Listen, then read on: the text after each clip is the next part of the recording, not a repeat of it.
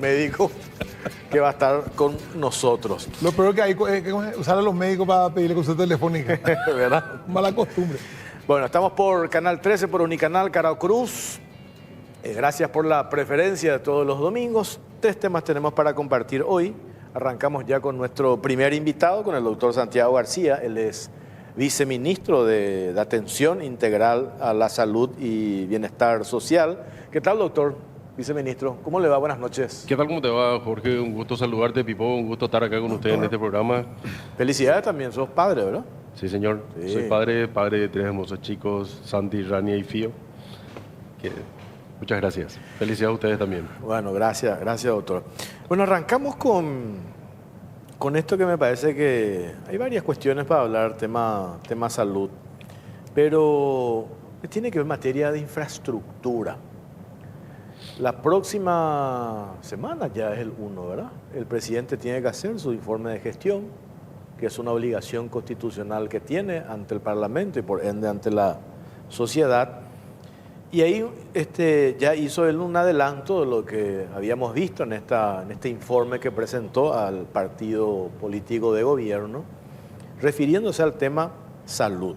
Y cuando menciona el tema salud, ¿qué es lo que hoy, en 9 meses de gestión, hoy este gobierno puede decir que se ha avanzado en el sector salud, doctor? Bueno, mira, Jorge, realmente el presidente desde su discurso se ha comprometido de una forma muy importante con el sistema de salud. Y eso lo viene cumpliendo a cabalidad y le está dando un espaldarazo muy importante a todo lo que es el sistema de salud en Paraguay. Con relación a eso, él había bajado la línea de acortar las listas de cirugía, acortar las filas en los hospitales, las filas de espera, dar más servicios y llegar con más medicamentos en los diferentes puntos del país.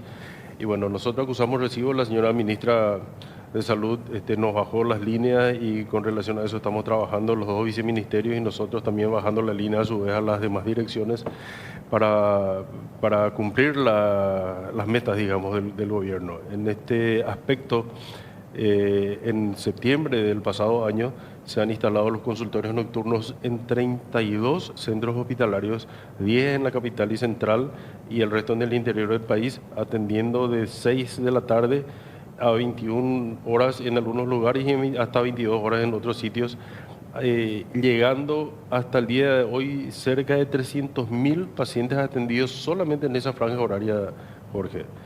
En ese sentido también, ¿qué es lo que sucedió? Que las filas se fueron acortando porque muchas personas iban durante el horario matutino o vespertino, incluso durante su jornada laboral pidiendo permisos y con el advenimiento, digamos, de los consultorios nocturnos, estas filas se acortaron tremendamente. También en las urgencias, los pacientes que no podían acudir durante el día, generalmente van a consultar a las urgencias y eso hace que también se vea una fila un poco más larga que la necesaria de personas que deberían estar en el consultorio. En ese sentido, esa estrategia funcionó perfectamente. Y no solamente vamos a seguir, sino que estamos en un plan de ampliación de esta estrategia y queremos llegar a 50 hospitales antes de fin de año con el modo de atención nocturna. Es más, estamos ahora proyectando y sacando los lugares donde vamos a tener subespecialidades. Por ejemplo, gente que tenga diabetes para encontrar un endocrinólogo, para pacientes hipertensos, neurólogos, neumólogos, que solamente hasta hoy día atienden durante la mañana o la tarde, pero de aquí a poco van a poder consultar también en el horario nocturno con todo lo que ello implica, medicación, estudios, etcétera. Claro. Doctor, en este momento, viendo que ustedes ya han cumplido, creo que se han puesto al día por lo menos con las empresas farmacéuticas, con los proveedores, el stock de medicamentos del Ministerio de Salud se puede decir que está es óptimo, es el adecuado o todavía falta un poco todavía para que haya todo lo que tiene que haber dentro de un hospital o una unidad de salud familiar o una clínica. Estamos llegando, Pipo, tenemos todo el stock de medicamentos, estamos teniendo en este momento y recibimos permanentemente de las empresas también. Tenemos licitaciones que han sido adjudicadas con un importante lote de medicamentos. Hay que tener en cuenta también que las empresas, una vez adjudicadas, tienen entre 30 y 60 días para proveer, puesto que muchas de ellas importan los medicamentos o las materias primas del exterior para procesarlas acá y una vez que lo hagan nos entregan a nosotros. Tenemos medicamentos, estamos llegando a todos los hospitales cabecera, pero ahora nuestra logística, no nuestra preocupación, ni nuestra ocupación es llegar a las unidades de salud familiar. En ese sentido estamos trabajando con las fuerzas vivas locales, digamos, con las gobernaciones, con los municipios, de manera que ellos con sus vehículos también puedan apoyarnos para llevar los medicamentos hasta las unidades de salud familiar. Esa también fue una indicación del señor presidente para trabajar en equipo, no solamente intrainstitucionalmente, sino interinstitucionalmente. Y en ese sentido estamos apoyados con diferentes ministerios, el Ministerio de Defensa, Ministerio de Obras Públicas, la Secretaría de Emergencia Nacional, que en este momento está apoyando mucho el tema invierno.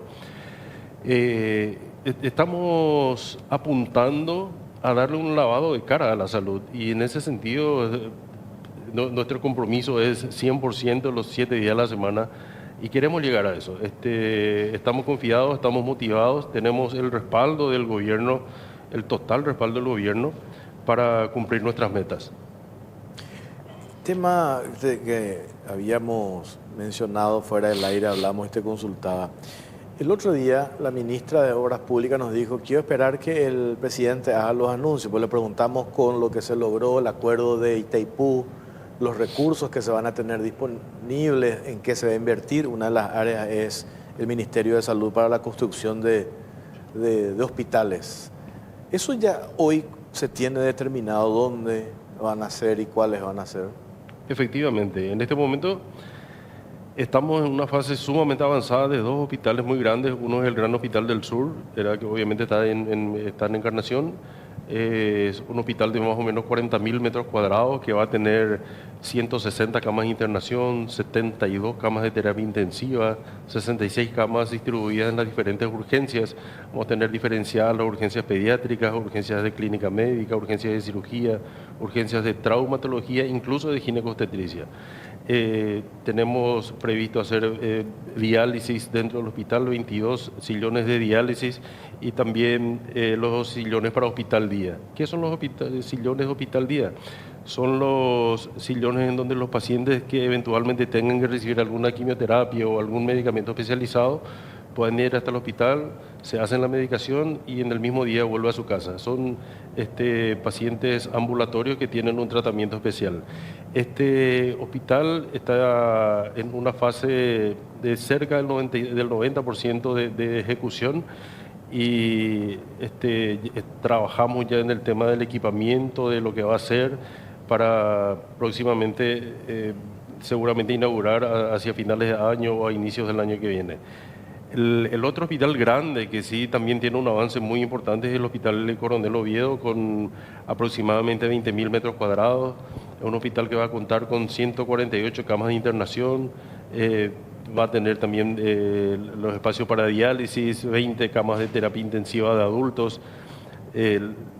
Las urgencias van a estar diferenciadas en pediatría y en adultos también con 14 camas.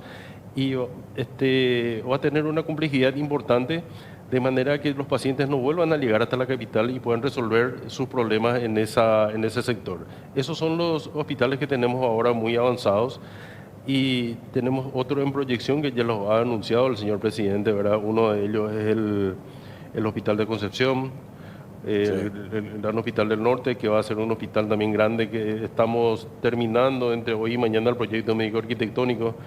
Es un hospital que posiblemente va a tener entre 200 y 250 camas con toda la complejidad necesaria. Son puntos muy estratégicos en donde se eligieron estos centros, puesto que en el caso del Hospital del Sur no solamente va a servir para Itapúa, sino que va a servir para toda una gran parte de Alto Paraná, una gran parte del departamento de Misiones y obviamente todo Itapúa. En el caso de Coronel Oviedo, que está ubicado en el centro de la región oriental. Ahí tenemos cerca a Caazapá, Guairá, parte de Cordillera, parte de Caaguazú, incluso parte de San Pedro para que pueda servir. Va a ser un hospital bastante complejo y esperemos que las personas puedan resolver sus problemas de salud en su propia Doctor, comunidad. ¿qué problemas son los que quedan ahí para, digamos, que vengan a Asunción? Porque, bueno, el tema de plantear los estudios, ¿verdad? Que son radiológicos, después, ¿cómo se llama esto? Todo tipo de estudios de imágenes, ¿verdad? Eso se puede llegar a descentralizar en algún momento, equipar esos hospitales, van a estar preparados para en algún momento tener esos equipamientos. Y también el tema del hospital del cáncer, que no sea el único lugar, sino que el Itapúa pueda habilitar un ala para pacientes que tengan que hacerse, ¿cómo se llama? Rayos y ese tipo de cosas, no solamente quimioterapia. ¿Se puede llegar a eso? Es muy utópico hablar de eso todavía. Sabe que no, Pipo, y te agradezco la pregunta porque justamente estamos trabajando muy duro como para descentralizar todo lo que es el cáncer en el país. Hay muchos pacientes con esta enfermedad que tienen que trasladarse, muchos de ellos hasta Asunción para poder tener su medicación y hacer su tratamiento. Sin embargo, el Hospital del Sur ya tiene su hospital día en este momento y se va a mudar después al hospital nuevo. En el Hospital del Sur, en Encarnación, tenemos que tener en cuenta que hace poco se inauguró un hospital día hermoso, que es de la Fundación Lazos del Sur, que tiene un apoyo importantísimo del Ministerio. Si bien fue construido y donado por una fundación familiar, parte del equipamiento y los medicamentos son proveídos por el Ministerio de Salud y atienden a nuestros pacientes. También en Concepción se está gestando un centro oncológico de manera que los pacientes tampoco puedan llegar hasta la capital. Y lo mismo se está haciendo en Ciudad del Este, donde contamos con otro hospital día. Queremos extendernos a todos los hospitales cabecera principalmente, de manera que la gente, por lo menos ese trayecto que haga, lo haga en una parte más corta y no venir hasta Asunción. O sea, llegar a que todos los servicios estén ahí, no tengan que venir para nada a Asunción realmente. Efectivamente, y con razón con relación a lo que preguntaste también sobre los centros de imágenes, todos estos hospitales que se están gestando van a tener con una tecnología de imagen de alta resolución, con tomógrafos, resonadores, ecografías, todos los estudios de última generación dentro del área donde viven los pacientes, digamos. Esto que mencionaste, doctor, es interesante. Yo recuerdo acá, un domingo estuvo el ministro de Economía, Carlos Fernández Baldovino, y destacaba lo que lograron en la gestión de la doctora María Teresa Barán en el Ministerio de Salud con el tema de las compras de los medicamentos. Y me dice, no le quiero llamar un ahorro, sino se ha optimizado recursos a la hora de hacer esas compras. Mencionaste un número. ¿Cuánto es lo que se optimizó y cómo después se utilizaron esos recursos? Efectivamente, durante la gestión de la doctora Barán se tuvo una conversación muy importante con las empresas farmacéuticas y se pagó las deudas históricamente atrasadas que tenía el Ministerio de Salud con estas empresas, y una vez que se canceló, se puso al día esa deuda hasta septiembre del año pasado.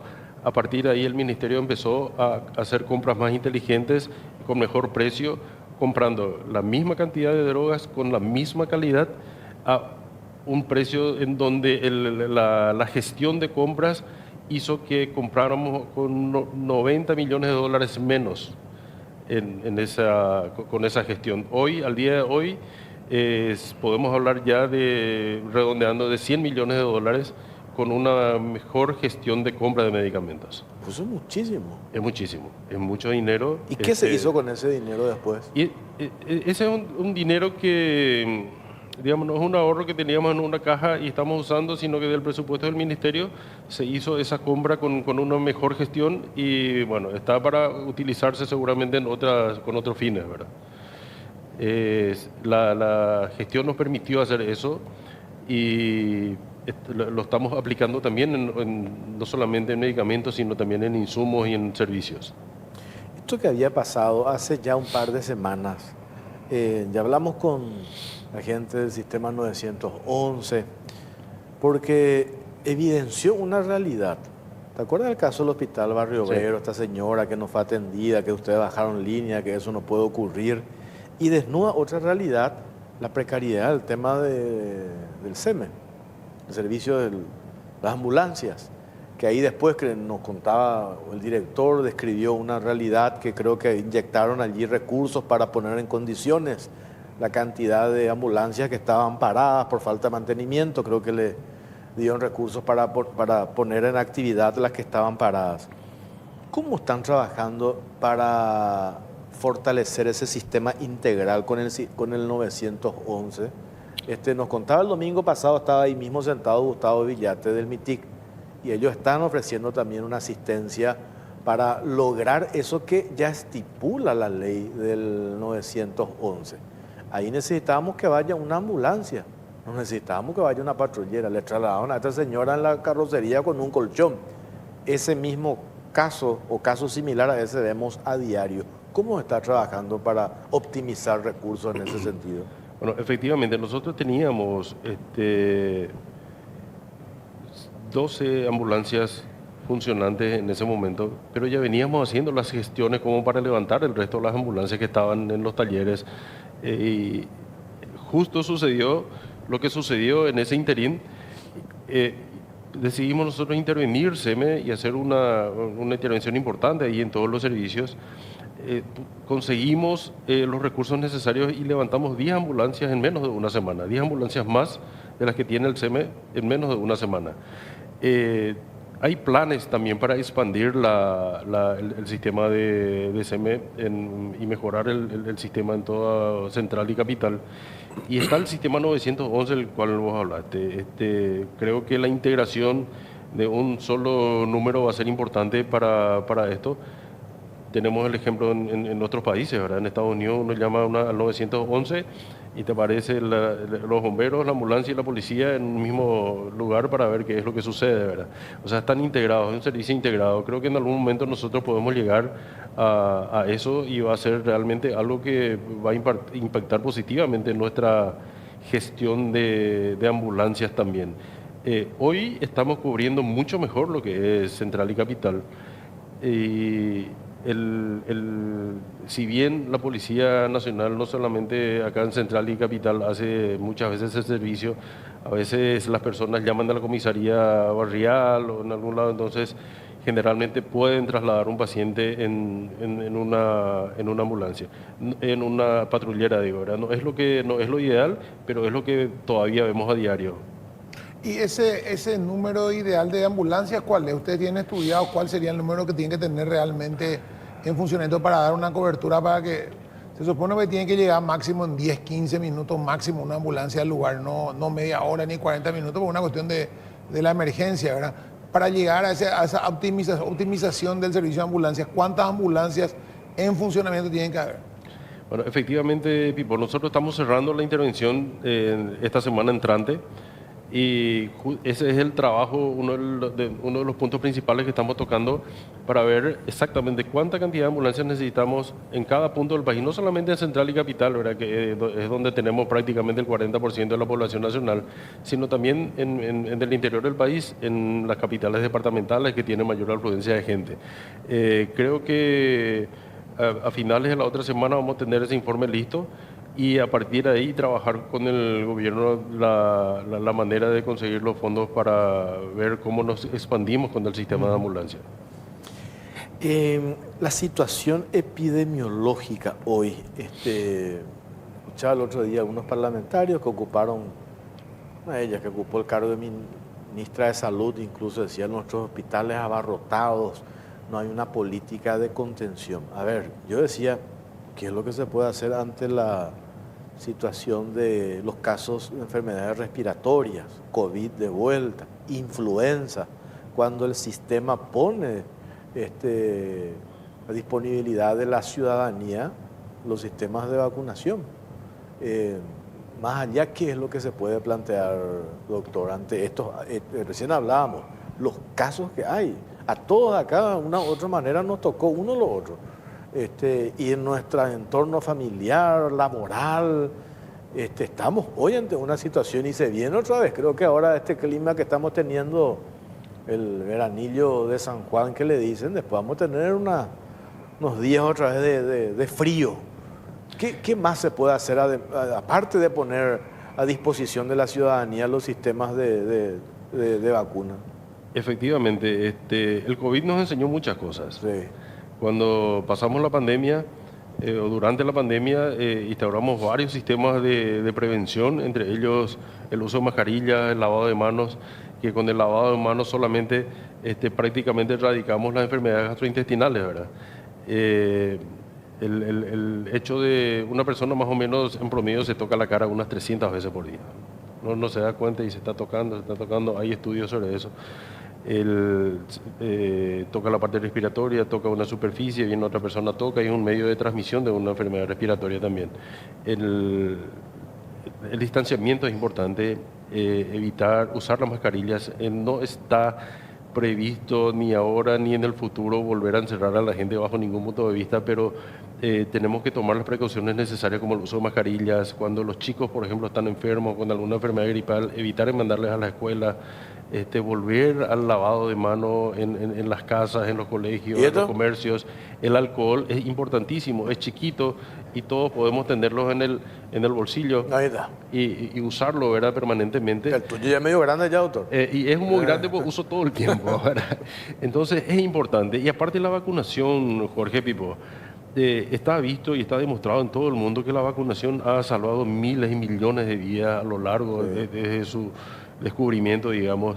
Y en ese sentido las enfermedades respiratorias también son un factor importante de internación de los pacientes que no están vacunados. Una simple gripe, que uno no le da la importancia necesaria, no se va a curar, se complica con una neumonía. Esa neumonía en una persona de edad o que tenga una patología de base como una diabetes, hipertensión, puede hacer que su sistema inmunitario caiga mucho más y va a requerir una terapia intensiva, y a veces tenemos resultados que no deseamos, como la fatalidad, por ejemplo.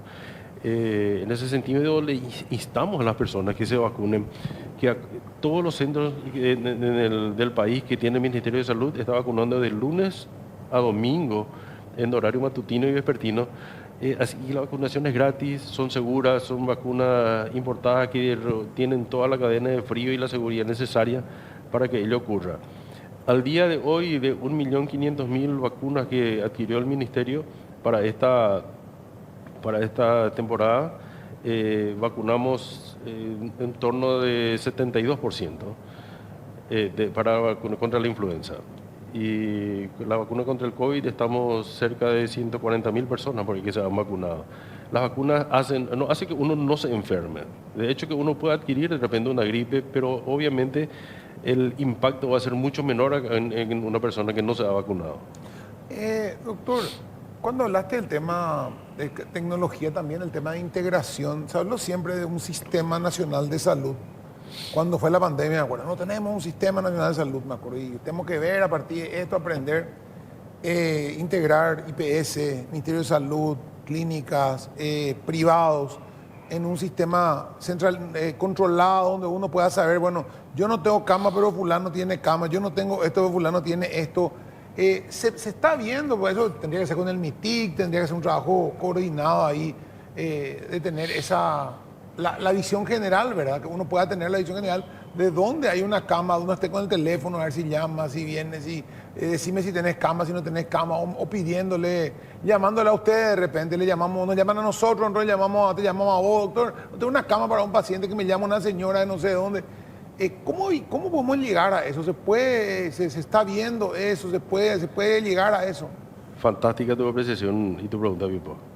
Porque realmente estamos, otra de las premisas del presidente es la integración del trabajo en equipo, y en ese sentido estamos trabajando con el IPS a través del convenio que tenemos con el Ministerio de Defensa. Estamos trabajando con el Hospital Militar, en donde tenemos todo un pabellón que está a cargo del Ministerio de Salud para acortar las listas de cirugía, y desde octubre del pasado año hasta el día de hoy se operaron 940 pacientes. O sea, tenemos 940 personas menos que están esperando una lista en cualquier centro del Ministerio de Salud, y ya se han operado en el Hospital Militar a través de este convenio. Con IPS teníamos 64 convenios activos en todo el país, sobre todo en el interior del país, pero ahora estamos trabajando en lo que ya no solamente es un convenio, sino es una integración en muchos centros, como el modelo que tenemos en Ayolas. En Ayolas el edificio es del IPS, pero está trabajando como un todo con el Ministerio de Salud, en donde el médico que está sentado en un consultorio le atiende tanto al asegurado como al no asegurado y carga la medicación en un sistema informático que tiene el IPS y el otro del Ministerio, y la única diferenciación es que cuando sale el paciente del consultorio, camina a la farmacia del Ministerio o camina a la farmacia del IPS. En ese sentido también tenemos una integración importante en el hospital de Coronel Bogado. En este caso es al revés, toda la infraestructura es del Ministerio de Salud, sin embargo el IPS está metido adentro y trabajamos como, ahí prácticamente no diferencia quién es quién, salvo en los momentos administrativos que se tienen que hacer con la medicación o con algún tipo de reposo o algo así. También tenemos una importante sinergia con el Hospital de Clínicas, en donde el Ministerio le provee muchas de las medicaciones que ellos están usando y ellos atienden mucho a nuestros pacientes, sobre todo en el sector cardiológico también. Es importante y estamos caminando ahora hacia un sistema único de salud que todavía va a llevar a lo mejor un poquito de tiempo, pero creo que va a ser la mejor forma en que todos unamos fuerzas y podamos usar y trabajar sin estar cada uno con su puchito del presupuesto, aunar todo eso, incluso hacer compras más inteligentes de medicamentos y de equipamiento, en donde podemos conseguir muchos mejores precios. Si trabajamos de esa forma, creo que no estamos muy lejos de dar realmente un salto importante en el sistema de salud vivo. Y otra cosa que a mí me llama la atención siempre es que hay, por ejemplo, hospital pediátrico Acostaño, hospital geriátrico tal de tal, hospital el cáncer. No se puede llegar a un momento en que todos esos hospitales, el pediátrico se pueda ampliar para tener también servicios para adultos, otro tipo de cosas, que sean hospitales también completos, que el del cáncer también pueda tener una parte hospitalaria, digamos, para ir apoyando las diferentes zonas. Viste que están ya en la infraestructura, ahí siempre tienen un poco más de terreno disponible, porque son áreas que se dejaron previstas para alguna vez hacer. Digo yo nomás, ya que está ya hay instalación, ya hay médicos, ya hay líneas de transporte que van hasta ahí, eso no se puede aprovechar. Y podría ser un punto, ¿verdad? Pero son hospitales tan especializados que se dedican exclusivamente a eso. Tenemos varios en Asunción. Uno es el Hospital Pediátrico, como bien dijiste, otro es el INERAN, el Instituto de Medicina Tropical, el Hospital del Corazón, el Hospital del Quemado, que tienen infraestructura, personal y manejo totalmente distinto uno de otro. Y es difícil integrarlos entre ellos.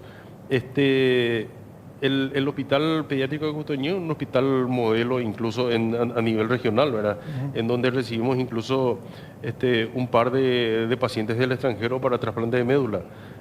Es decir, viene gente a tratarse acá con nosotros en algunos casos. El Hospital del Corazón también es un centro importantísimo que hace cirugías cardíacas muy complejas y los procedimientos cardiológicos importantes también durante todo el tiempo. En este sentido sí tenemos un poco más diversificado porque estamos trabajando cardiológicamente no solamente en el San Jorge, sino también en el Hospital Nacional y en el Hospital de Clínicas. Es importante tener estos centros porque se dedican única y exclusivamente a una determinada, a un determinado tipo de pacientes, digamos. A mí lo que me preocupa siempre, doctor, uno ve cuando hay así, bueno, ya no vamos a hablar de la pandemia porque es una situación especial, pero ver la gente que está ahí, por ejemplo, en ¿cómo se llama el de IPS que está hacia San Pablo?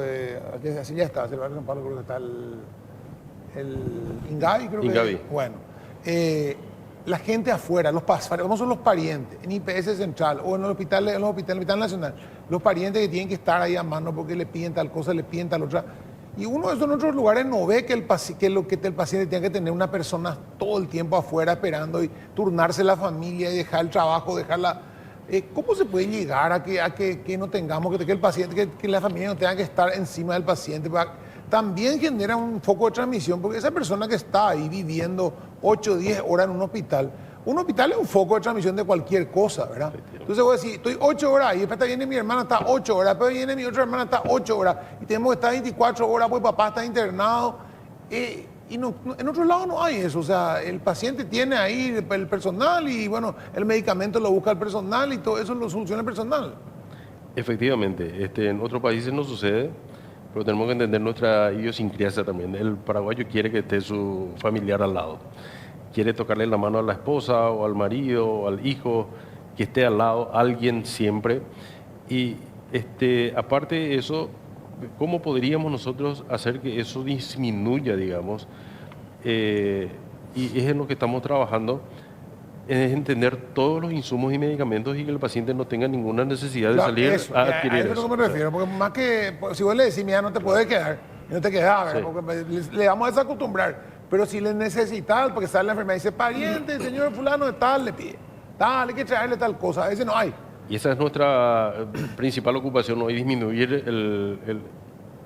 el gasto de bolsillo del paciente, ¿verdad? Claro. Que tenga que gastar la mínima cantidad de dinero posible, si es que tenga que gastar, y eso va a hacer también que nosotros podamos pedirles a ellos que esperen en la casa, que uno le pueda llamar por teléfono a decir las indicaciones. Va a ser difícil sacarle al familiar de los hospitales porque ellos piden, quieren tener, aunque tengan todo en algunos lugares, ellos piden tener a su familiar al lado. Por último, en la semana pasada veo que por el tema de los problemas respiratorios, en el IPS nomás 5.000 personas fueron atendidas en un día. 5.000 en un día. ¿Ustedes tienen registro en el sistema del Ministerio de Salud? ¿Cuántos están atendiendo por día? Y mira, depende de las urgencias y de la complejidad de los hospitales, pueden llegar a atenderse en algunos lugares entre 300 y 400, 500 personas inclusive en un día en las urgencias. Sin embargo, en los consultorios también hay que contar, en los consultorios de pediatría, que son los más concurridos, y es mucha la cantidad, Jorge, es mucha la cantidad de la enfermedad respiratoria. Ahora estamos atravesando un momento importante y todavía no llegamos al pico. Vamos a llegar al pico de aquí a poco seguramente, y esto va a hacer que se estrese un poco nuestro sistema de salud. Si bien nosotros no estamos colapsados ni cerca de eso, estamos dando la respuesta necesaria, pero ¿cuál es el tema que tenemos? Es la espera. De repente es la espera en las urgencias lo que la gente reclama. Sin embargo, tenemos un sistema de semáforo, que es el RAC, la recepción, acogida y clasificación de los pacientes, en donde estos están tipificados por colores, el rojo, el amarillo, el verde y el azul, que identifican qué tipo de gravedad. Es decir, uno está 2 horas en una urgencia y llega un paciente mucho más grave, ese paciente va a ser el que va a ser atendido Claro. primero, ¿verdad? Y bueno, a veces es difícil que nuestros pacientes comprendan, pero estamos trabajando todo el tiempo para que eso suceda. Antes de ir Sí. a despedirle al doctor, la gente no se vacunó más, ya la gente como que relajó ya, me parece, ¿verdad? Contra el COVID, esos datos que dio Yo me contra el puse COVID COVID, y influenza porque te ponen juntos, sí, pero... pero contra el COVID menos influenza más. Sí. Están las campañas de la gente que hace contra la vacuna del COVID. Yo tengo 5 dosis y sigo tan campante. Yo tengo todas las marcas. Yo tengo todas las marcas, sí. Todas las marcas tengo. Tengo todas, ¿verdad? Es un popurrí de vacunas, y yo tuve COVID una sola vez y fue como una mini gripe, por suerte. Y en la época de la pandemia yo estaba trabajando en otra institución y hacía el recorrido de todos los hospitales con mayores casos de COVID, ¿verdad? La gente no tiene que tenerle miedo a la vacuna del COVID. El COVID es una enfermedad que va a venir a quedarse entre nosotros durante mucho, mucho tiempo, y vamos a seguir padeciéndola, e incluso vamos a seguir llorando a nuestros parientes que no se hayan vacunado, porque cualquiera de ellos que tenga una enfermedad de base, o hipertenso, o diabético, o alguna otra enfermedad, puede padecer una forma de COVID grave que le puede llevar a la tumba. ¿Cómo nos encanta, y he escuchado ese disparate a menudo? Muere una persona, tuvo un infarto, COVID, vea, te dicen. Antes no se moría. Claro, antes no pasaba eso. Es más, ahora cualquier muerte que se da, que joven murió. Ese es la vacuna. Sí, esa siempre hubo, ¿verdad? Pero nosotros nos entramos y automáticamente empezamos a relacionar. No es común que te dicen de que tanta gente joven haya fallecido en los últimos 3 meses. O podían la mitad, ¿verdad? Sin rigor y sin una estadística certera, ¿verdad? Sin ningún rigor científico, exactamente sin ninguna estadística certera. Tenemos que tener en cuenta que la primera causa de muerte en el mundo son las enfermedades cardiovasculares. en sus distintas formas, ¿verdad? El ACV, el infarto, trombos, etcétera, y eso va muy de la mano con el estilo de vida de las personas, con el sedentarismo y un montón de cosas que trae aparejado. Y bueno, a veces los muchachos se van a jugar al fútbol, no están entrenados, están todo el tiempo sentados, se van a correr 30, 40 minutos, le meten el tercer tiempo y hacen un infarto. Es algo hasta esperable en algunas personas, ¿verdad? Entonces uno tiene que cuidarse. En ese sentido, antes de irme, ¿verdad? Quiero instar a las personas que no solamente se vayan a los hospitales cuando están enfermos. La gente puede irse a los hospitales cuando están sanos, hacerse todo su chequeo de arriba a abajo, el laboratorio, de radiografía, análisis de todo lo que necesite, consultar con un médico especialista y ver exactamente cómo uno está y medicarse si es necesario.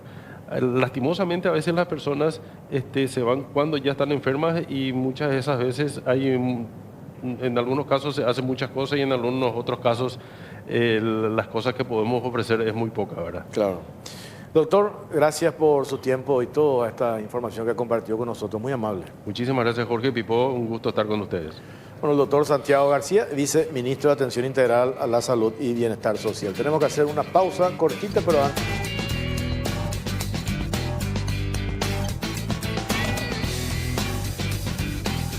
Seguimos en Cara o Cruz, estamos por Canal 13, también por Unicanal. Gracias por la preferencia.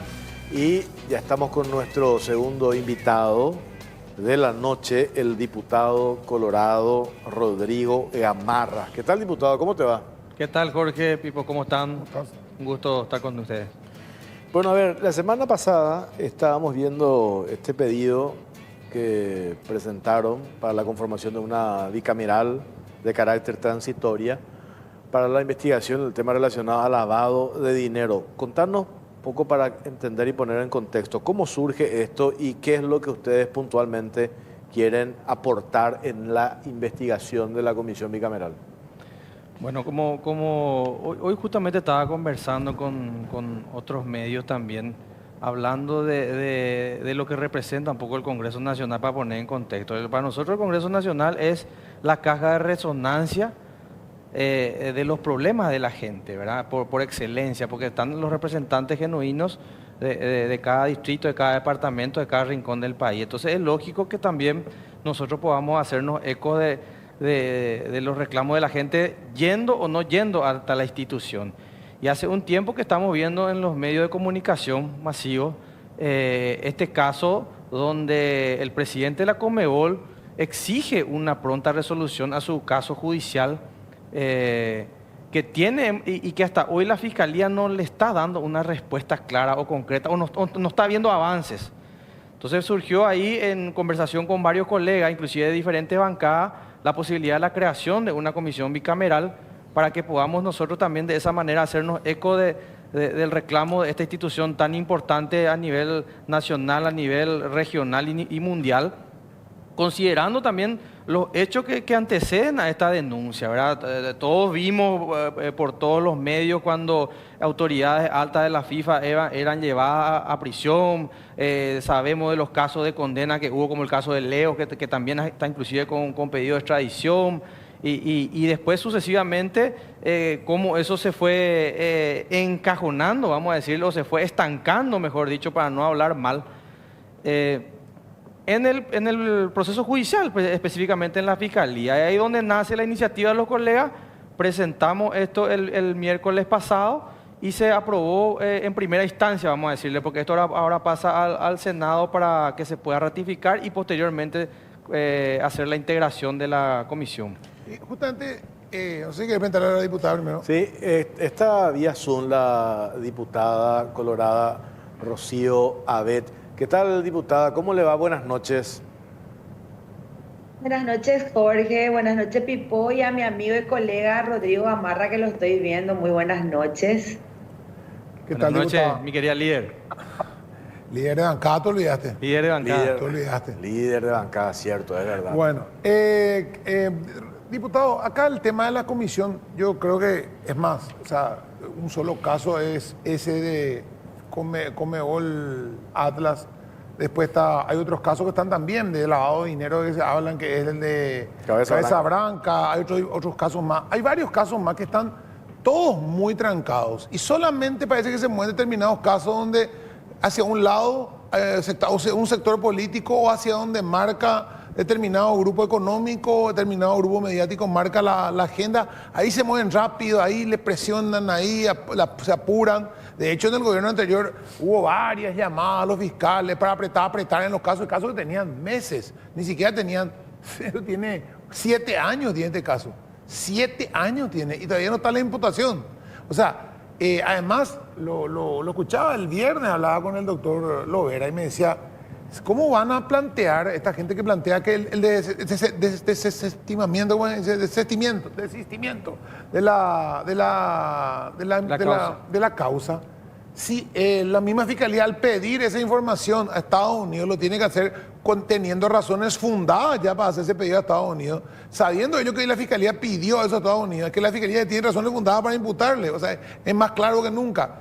Y entonces dijimos, bueno, ¿hasta cuándo le van a esperar a los Estados Unidos? Porque estos plazos corren y corremos el serio riesgo de que esto termine en el Opareí y no solamente no haya recuperación de la plata del fútbol, la plata de privada, queda en juego la justicia, como que falta de seguridad jurídica en Paraguay, porque esto es un escándalo internacional. De hecho, veíamos hoy comunicados de asociaciones de otros países reclamando qué pasó de la plata, ¿verdad? Suiza devolvió, Estados Unidos devolvió, un montón de países devolvieron y nosotros tenemos guardada la plata en el cajón y sigue generándole plata a los dueños del banco. Y por otro lado, el tema de la cuestión de la impunidad que hay, ¿verdad? O sea, van a quedar todos en libertad, no pasa nada, lavaron dinero, falsearon documentos, mintieron en informes, o sea, todo es gravísimo. Entonces, hay que revisar estos casos porque la fiscalía actúa de una manera en algunos casos con una celeridad, 2, 3, 4 meses en que ya está imputando, ya está llamando, y otros casos, 7 años. Absolutamente, Pipo. Justamente por eso, de ahí nace justamente la necesidad, o mejor dicho, el interés de los colegas, me incluyo, ¿verdad? También nuestra líder y otros más, en conformar esta comisión para colaborar un poco con la justicia, con la ciudadanía y que a ver si ahí empieza a caminar y se puede esclarecer. Lo que vos decías recién es demasiado importante, imagen país. ¿Qué imagen nosotros proyectamos al mundo en materia de seguridad jurídica? Siendo que en los demás países serios, ¿verdad? Por considerarlo así o por hablar mal y pronto, ya se resolvió esta situación. Ya hay culpables, ya hay condenados, ya hay devolución del dinero, ya se sabe. Y acá seguimos nosotros trancados, ¿verdad? Es por eso que nosotros queremos colaborar y aclarar muy bien también la función que vamos a cumplir como comisión. El espíritu de esta comisión no es emular ni simular lo que hicieron en otros gobiernos anteriores donde se conformaban comisiones bicamerales de investigación al solo efecto de perseguir enemigos políticos, al solo efecto de dañar imagen pública de algún adversario por cuestiones electorales. Nosotros agarramos hechos reales de una denuncia formal que tiene 7 años de antigüedad en la Fiscalía, de una entidad extremadamente seria y responsable que es la Conmebol, donde un presidente está dando la cara. O sea, no es una cuestión antojadiza, te voy a decir. Y a partir de ahí es donde queremos que esto se vuelva por eso serio, responsable, transparente y donde podamos hablar y conversar con todos los involucrados, ¿verdad? Con todos los involucrados y escuchar un poco también la versión de aquellos que hoy tienen en sus manos la administración de la justicia y en qué instancia está y cuáles son los siguientes pasos, ¿verdad? Diputada Rocío Avet, a ver, hay un mensaje claro que lanzó el presidente de la Conmebol en un tuit la semana pasada. El Ministerio Público tiene la oportunidad de enviar un mensaje contundente contra este delito y contra la impunidad. Eso por un lado. Por otro lado, en el relato de la defensa que hace el Banco Atlas de la familia Sucolillo, que utilizan obviamente sus medios de comunicación para su defensa, ellos dicen: ¿por qué se crea una comisión bicameral para una cuestión particular? Y ahí hay que hacer algunas observaciones. Cuestión particular, ¿hasta qué punto? ¿En qué sentido? Acá se habla de la imagen y el mensaje que tenemos que dar como país, por un lado. De eso habla el presidente de la Conmebol. Y por otro lado, no es una cuestión particular nomás del presidente de la Conmebol. Él recibió, y eso nos confirmó el abogado de la Conmebol, 10 comunicados escritos de las 10 asociaciones que forman parte de la Confederación Sudamericana de Fútbol, pidiéndole qué cosa, que se le imprima celeridad a una cuestión importante para las asociaciones, porque ellos necesitan que ese dinero que se recupere se inyecte en las asociaciones de fútbol de los países acá de la región. Ahí estamos viendo el posteo de Alejandro Domínguez. Clave es este mensaje último. Y vemos actores políticos y medios de comunicación con justa razón muy preocupados por el tema lavado de dinero en Paraguay. Y acá tenemos un caso concreto, documentado, que surgió a partir de un informe de una auditoría forense que hace la Conmebol con elementos sobrados y que en su espacio reservado el Banco Atlas no ha levantado una sola acusación en su contra. Entonces utilizan, yo decía la semana pasada, la vieja confiable. ¿Cuál es la vieja confiable? Persecución política. Entonces por eso es importante esto que ustedes decidieron, tomaron la iniciativa, diputada, de plantear la creación de esta comisión bicameral e investigar y exigir respuestas a este tema.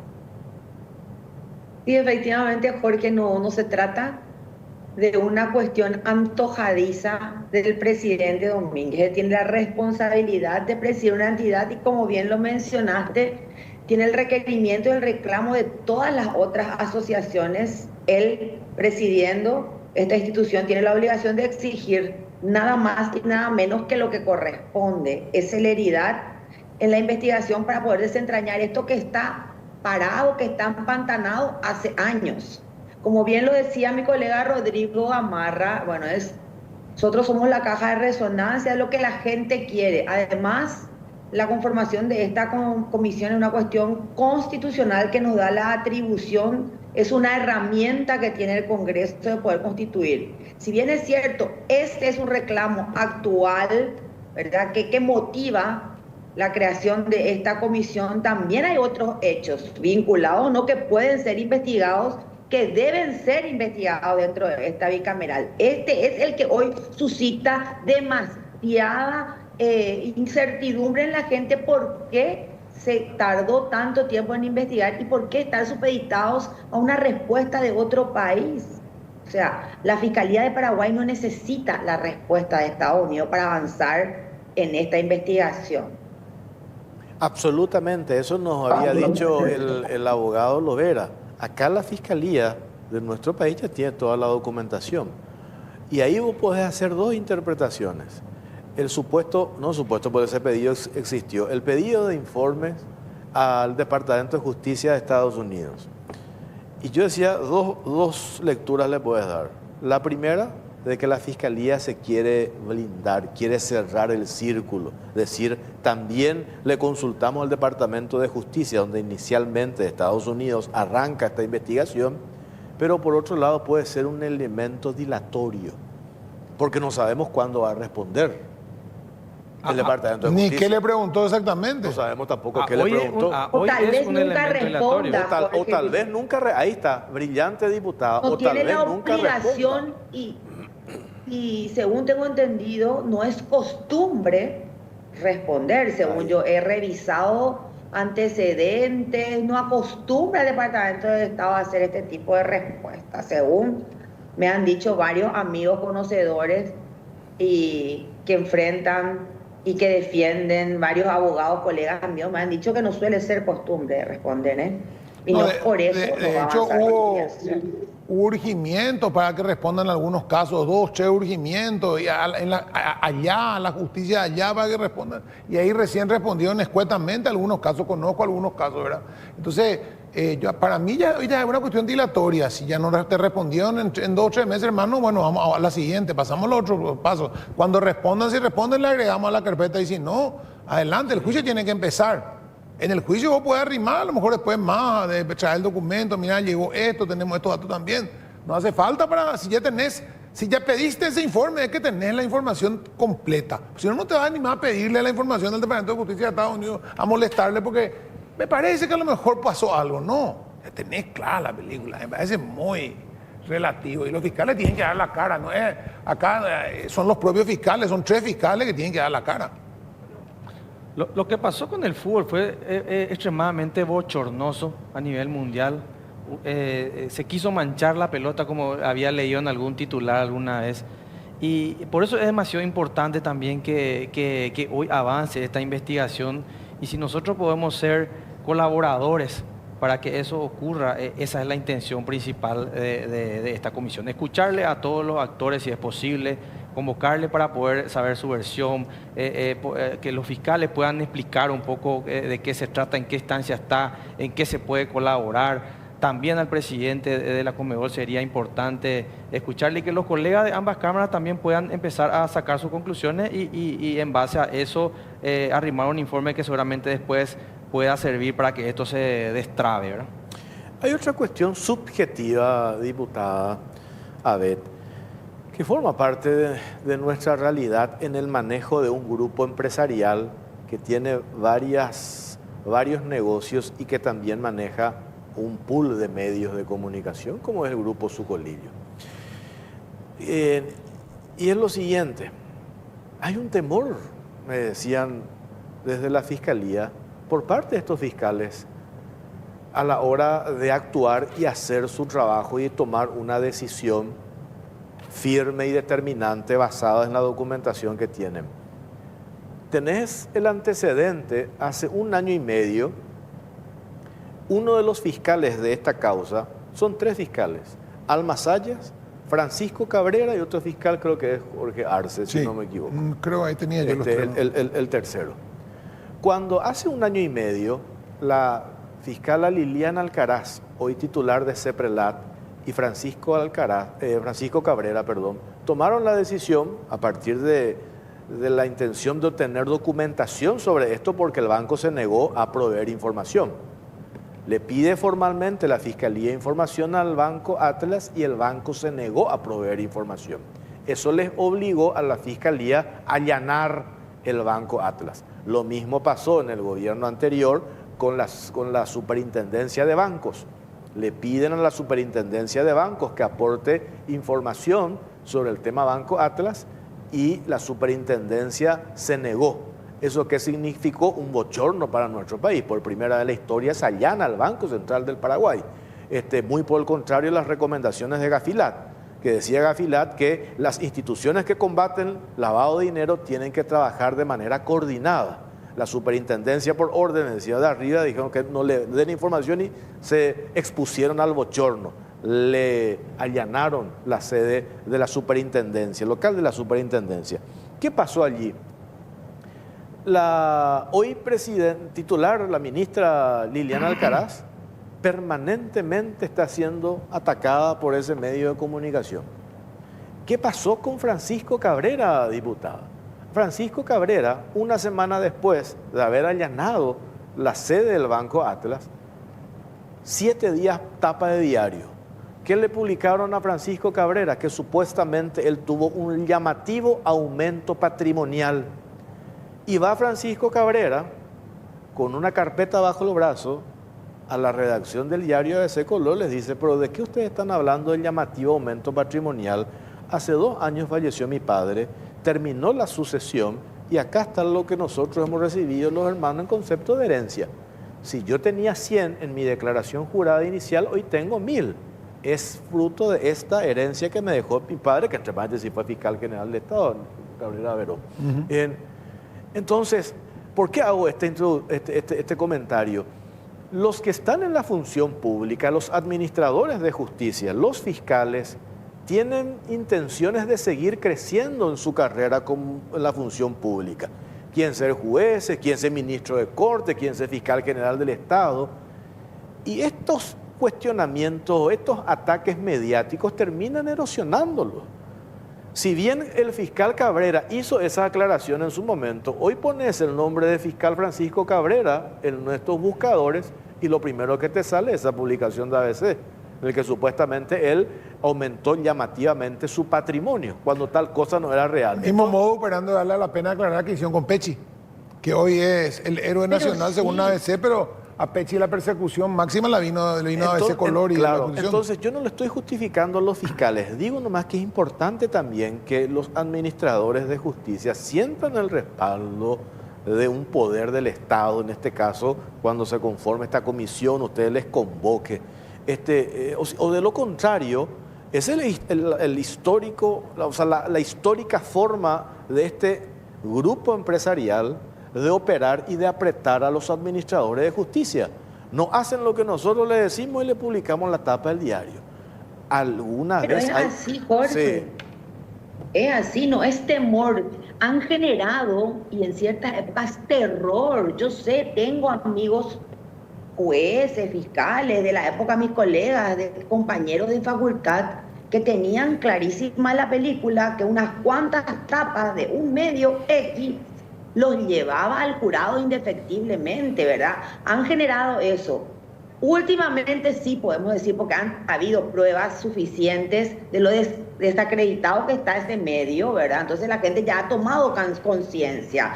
Sin embargo, sigue instalado ese terror entre los administradores de justicia, que unas cuantas tapas de un medio les puede llevar muy mal y terminar la carrera.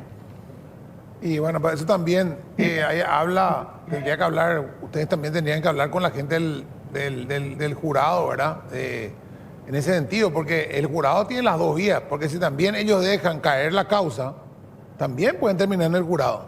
Si ellos permiten que esta causa se prescriba, van a terminar en el jurado también. O sea, no es, o elijo este camino que con este me voy tranquilo, dejo que prescriba y no pasa nada. No es que no va a pasar nada.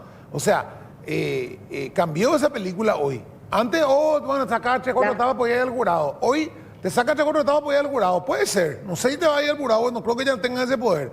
Pero también si vos no cumplís con tu trabajo, si vos no haces tu trabajo, si no cumplís con tu obligación como fiscal, por miedo, por acción o por omisión, como dicen, ¿verdad? Ir al jurado. Va al jurado también. Esto o sea, no es una sí amenaza, es la realidad nomás. Eso Lo que pasa es que se instaló ese sistema, y ustedes saben mejor que están que nosotros en los medios, ¿verdad? Mucho más tiempo hacia atrás, ese sistema de someter al escarnio público y de esa manera amedrentar a cualquier autoridad y tratar de restar la autoridad, inclusive para que no valga al momento de poder formular alguna acusación seria o responsable. Fíjate que a nosotros también nos pasó. Yo hace 15 días más o menos, cuando me hice eco de manera personal y particular de este caso de la Conmebol, y le expresé mi solidaridad al presidente Alejandro Domínguez desde mi curul en una sesión de la Cámara de Diputados. Al otro día me publica ABC, ¿verdad? Con medias verdades, tratando de calumniarme, de amedrentarme, como diciendo, mira, acá vos te vamos a empezar a sacar cosas, ¿verdad? Pero también, por suerte, ¿verdad? Yo creo que lo vamos a decir, no quiero que se malentienda, pero sí la gente que está menos tiempo en política o la gente nueva en política, es como que le perdió un poco también ya el temor a esas situaciones, porque las últimas elecciones nos demostraron también que ese sistema no vende, no funciona, ni tampoco decide ningún tipo de elección en el elector final, ¿verdad? Sí. Diputada, quería decir algo, parece que te cortaron ahí, se cortó, parece. No sé qué estaba diciendo, no, decía que últimamente sí, evidentemente están mucho más desacreditados en esta etapa, ¿verdad? Sí. Pero siempre utilizaron, al tener ese holding, al tener muchos negocios muy rentables, utilizaron siempre precisamente este medio como para sus intereses a través de las tapas. Sinceramente siempre hubo esa sinergia entre ellos, ¿verdad? Tal parte del grupo y se instaló durante mucho tiempo. Hoy, como dijo Rodrigo, realmente ya desacreditado, mucha gente ya no cae en el juego, pero sin embargo siguen algunos, evidentemente, administradores de la justicia, de las investigaciones, con algo de temor, porque si no, tampoco no le encuentro explicación, mi querido Pipo. Totalmente. Acá también este caso del Banco Atlas, cuando la semana pasada aparece el comunicado, cómo ya se genera o se pretende generar o dividir la opinión. ¿En qué sentido? Automáticamente ellos deciden, porque estaban callados un tiempo, deciden de vuelta a hablar cuando ustedes plantean la creación de la comisión bicameral. ¿Y cuál es la primera aseveración de uno de los abogados del banco? La cuestión política. Persecución política. La persecución política.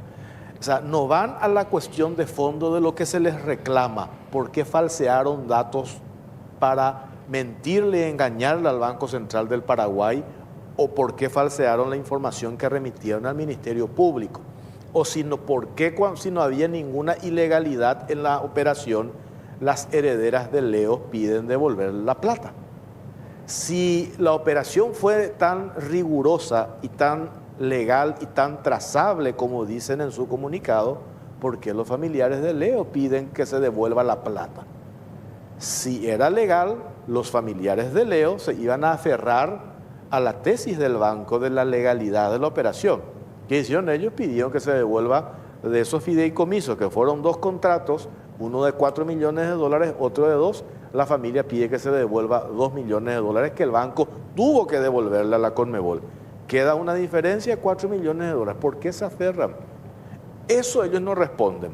Al no poder responder solamente esas 2 cuestiones, hoy cabalgan sobre la persecución política, porque ahí ya está la bancada de Honor Colorado, que ya pide la creación de una comisión bicameral. Y fíjate, Jorge, nosotros hicimos yo por lo menos hice una aclaración desde el inicio de la creación o el pedido de creación de esta comisión. Nosotros no vamos cuando arrancamos el programa me decía, no vamos a emular situaciones pasadas bochornosas de persecuciones políticas. Nosotros no estamos yendo sobre un tema justificado, sobre una denuncia penal existente, sobre causas abiertas.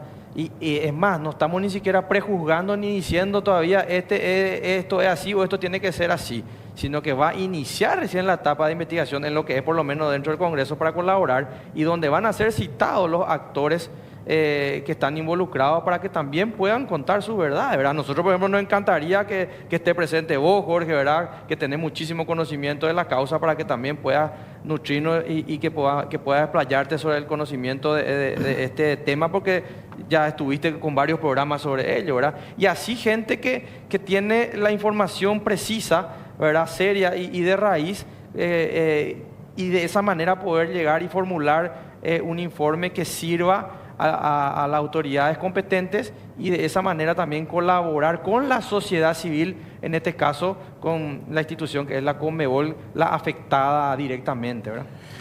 Bueno, claro, más que presión para los fiscales, un apoyo para los fiscales, porque si están con miedo de hacerlo, totalmente. Bueno, que sepan en general la sociedad la apoya, ¿verdad? Como vos decís, ustedes son los representantes más directos que hay del pueblo, porque son diputados y vienen de cada zona. Entonces, la realidad es esa, ¿verdad? Que a quién tenés que responderle a la ciudadanía.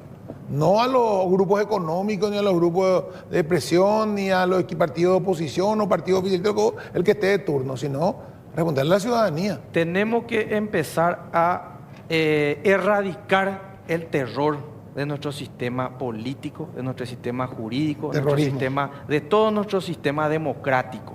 Porque el terror lo único que hace es tratar de destruir el sistema republicano que tenemos, de desacreditar a las autoridades legítimamente constituidas, a las instituciones, porque llegamos a escuchar casos de gente que te decía, no, si dice la Corte Suprema, pero a mí yo no le creo a ellos, ¿verdad? No funciona esto así, ¿verdad? Para eso está la institución. O se desacata una orden de la Corte. Por supuesto. Entonces, nosotros tenemos que devolverle la credibilidad a todas las instituciones de la República, a todas las autoridades electas, más allá, independientemente de la conducta individual de cada persona, que eso que también va a ser juzgado, obviamente, por organismos competentes. Pero si nosotros empezamos a desacreditar desde algún pasquín o de alguna tapa de diario que yo pueda inventar o que yo pueda comprar para torcer voluntades, Entonces ahí se rompe todo y entramos en una anarquía donde nadie cree en nadie, donde nadie confía en nadie y al final lo que hacemos es alentar la desigualdad, la injusticia, la violencia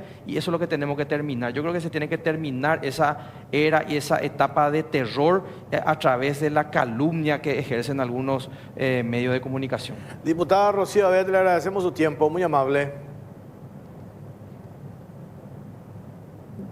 Gracias, diputada. Está de delay. Ay, perdón.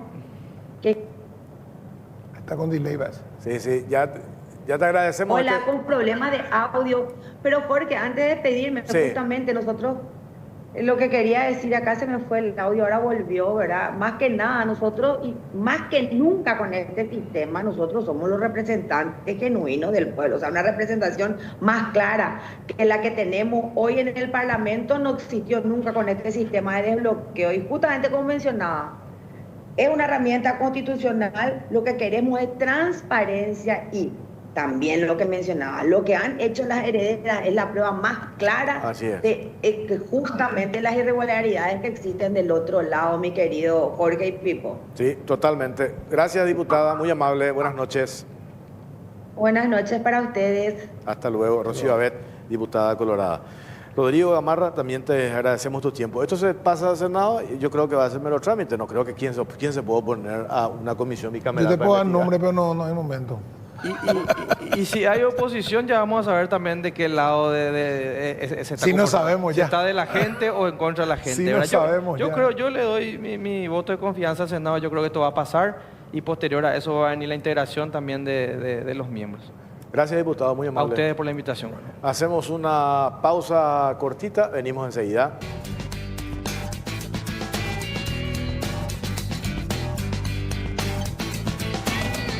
Tercer bloque, seguimos en Cara o Cruz por Canal 13, por Unicanal, y ya está con nosotros el doctor Claudio Lovera, asesor jurídico de la Conmebol. Doctor, ¿cómo le va? Buenas noches. Muy buenas noches, saludos a ustedes y a la audiencia.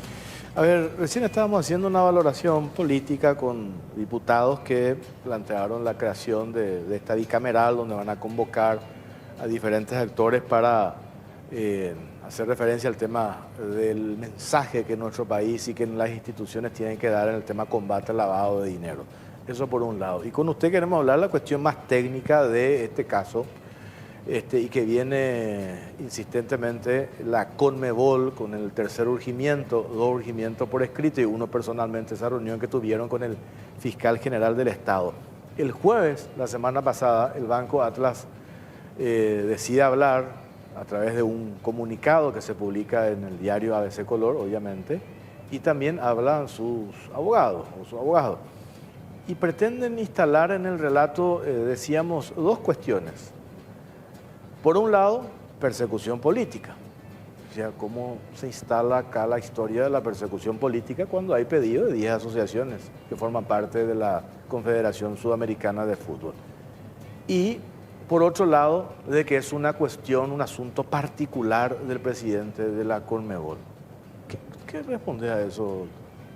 Sí, efectivamente tuve la oportunidad de observar el comunicado, analizar también el mismo y es pertinente aclarar algunas cuestiones. En el año 2016 toma el cargo de presidente de la Confederación Sudamericana de Fútbol el señor Alejandro Domínguez. En ese momento o a ese momento, en el marco de lo que era la persecución penal en los Estados Unidos, la Confederación Sudamericana de Fútbol era catalogada por la justicia, en este caso por el Departamento de Justicia de los Estados Unidos, como una organización criminal. Bajo el mandato de Alejandro Domínguez se cambia el estudio jurídico que representaba en los Estados Unidos a la Conmebol y empieza un proceso de cooperación con el Departamento de Justicia para el esclarecimiento de los hechos que eran objeto de la persecución penal en los Estados Unidos. Gracias a esa colaboración pasa de organización criminal a una organización víctima de sus dirigentes de aquella época. Se dispone la realización de una auditoría forense. Esa auditoría forense culmina en el 2017 y esa auditoría forense es puesta a consideración de las 10 federaciones miembros de la Conmebol. Por unanimidad, las federaciones dispusieron el inicio de acciones legales en todos los lugares del mundo donde sea pertinente a los efectos de la persecución de hechos que causaron perjuicios patrimoniales a la Conmebol y obviamente el perjuicio benefició a personas físicas y jurídicas en detrimento del patrimonio de la Conmebol. La auditoría forense identificó 4 sospechas de modalidades de conductas causantes de perjuicios patrimoniales a partir de lo que implicaba el año 2000 en adelante. Nicolás Leo fue presidente desde 1986, pero por la disponibilidad de información se concentró del año 2000 en adelante y se identificó casi 130 millones de dólares de posible perjuicio patrimonial. Entonces es un mandato de las federaciones vía Congreso iniciar acciones legales. Y esos mandatos fueron renovados, es decir, cada una de las acciones que lleva adelante la Conmebol no es un mandato del presidente, es un mandato de las 10 federaciones miembros. E inclusive el año pasado estas federaciones enviaron cartas a cada uno de sus cuerpos diplomáticos en Paraguay, preocupadas por la inacción en este caso en particular. Es decir, esto implica una actuación institucional por parte de la Conmebol. Y en el año 2017, a partir de ese mandato, no solamente, por ejemplo, la colaboración con el Departamento de Justicia, sino también litigios en Suiza, litigios en otros países, que determinaron también esos litigios, más otras actividades de recuperación, que la Conmebol recupere un importante volumen de fondos. En el año 2017, siendo congruentes con la labor de auditoría forense y siendo el centro de la Conmebol su sede en Paraguay, y muchas de estas conductas ocurridas en Paraguay, la Conmebol hace una primera denuncia penal ante el Ministerio Público de la República del Paraguay y aporta toda la información disponible hasta ese momento. Es decir, la Conmebol institucionalmente puso a disposición del Ministerio Público del Paraguay toda la información. La Fiscalía inicia una primera investigación penal a partir de esa denuncia. Y quiero recordar, y es fácil chequear porque uno verifica históricamente con los buscadores de internet e inclusive redes sociales, van a poder encontrar manifestaciones públicas por parte del presidente de la Conmebol anteriores a esta denuncia, y en el marco de la primera denuncia que el presidente de la Conmebol claramente señaló que le llamaba profundamente la atención que sistemas jurídicos de otros estados se hayan movilizado a través de estas actividades, que hayan determinado recuperación de fondos, inclusive recuperación de fondos admitida por las personas involucradas en estas circunstancias, y que antes de esta segunda denuncia solamente en la República del Paraguay no existían pronunciamientos. Entonces, en primer lugar, no hay absolutamente nada sesgado y es un mandato institucional. ¿Qué ocurre? En el contexto de esta primera denuncia, en el año 2020, la Conmebol se presenta ante el Ministerio Público como víctima de estos hechos punibles y reitera su preocupación sobre la marcha de esa investigación y solicita copias de la carpeta fiscal. Vía escrito, la directora jurídica de la Conmebol solicita copias y el Ministerio Público provee esas copias. ¿Qué se observa? Información adicional que no estuvo disponible al momento de auditoría forense. Ahí quiero ingresar a algunos puntos del comunicado por parte del Banco Atlas. En el primer punto, el Banco Atlas señala de que en las 43 páginas del informe de auditoría forense el banco no es mencionado. Solamente que en el comunicado no parten del origen de las primeras páginas de lo que es el informe de auditoría forense. El informe de auditoría forense empieza con un índice y alrededor de la página número 5, el auditor, porque es la manera en la cual ellos se expresan en los informes de auditoría, señala las entidades que proporcionaron información a la Conmebol y hace un listado. ¿Por qué? Porque el trabajo de auditoría forense fue una lista de entidades que proporcionaron información, un grupo de documentos que estaban en archivos desordenados y entendemos es profeso por administraciones anteriores, desordenados en depósitos de la Conmebol que fueron ordenados por los auditores forenses, e inclusive ellos bajaron información de los servidores, tanto en la nube como físicos de la Conmebol, de correos electrónicos. Y lo que no aclara Banco Atlas, que en ese primer listado de entidades cooperantes con la Conmebol no está el Banco Atlas. ¿Por qué no está en el listado de entidades cooperantes con información? Porque se negó a proporcionar información. Entonces, seamos leales cuando lanzamos comunicados a, en este caso, por ejemplo, a la opinión pública, pero también a los propios clientes del banco. Si se redacta un comunicado y ese comunicado es íntegro respecto a la información, no debería olvidar que el banco, con sus motivos, Ellos defenderán esos motivos, pero hay una cuestión objetiva. El banco le negó información a la auditoría forense. Ergo, si le negó información, no puede aparecer datos en el informe de auditoría forense. Cuando en el 2020, a finales de 2020, se accede a esta carpeta fiscal abierta en el 2017, encontramos lo siguiente. Encontramos contratos de fideicomiso entre Atlas y Nicolás Leos, febrero del 2016. Nicolás Leos, perfil alto riesgo en materia de prevención de lavado porque estaba privado de su libertad por fraude electrónico y lavado de dinero requerido por los Estados Unidos, en proceso de resolverse su extradición a los Estados Unidos, y un contrato de fideicomiso que blinda los fondos porque es un patrimonio nuevo, no puede ser alcanzado por el comiso y el secuestro, y a su vez Nicolás Leos se reserva cierto porcentual para cumplir ciertas circunstancias los bienes a su familia y cierto porcentaje ¿para qué? Para dar órdenes para pagar su salud en el extranjero. La gente de Banco Atlas, cuando revisó y tenía información pública para pagar su salud al extranjero, ¿a dónde podría ir Nicolás Leos si tenía alerta roja de la Interpol para ser detenido?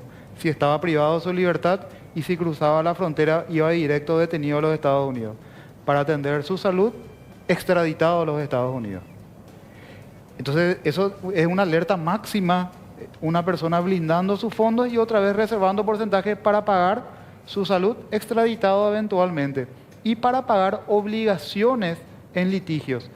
El comiso no es una obligación, es una consecuencia penal. Una obligación en un litigio, pagar sus abogados. Se reservó fondos para su salud en el extranjero y para pagar sus abogados en sus litigios, tanto locales como en los Estados Unidos. Pero no es el único dato que llamó la atención para que la Conmebol presente esta segunda denuncia.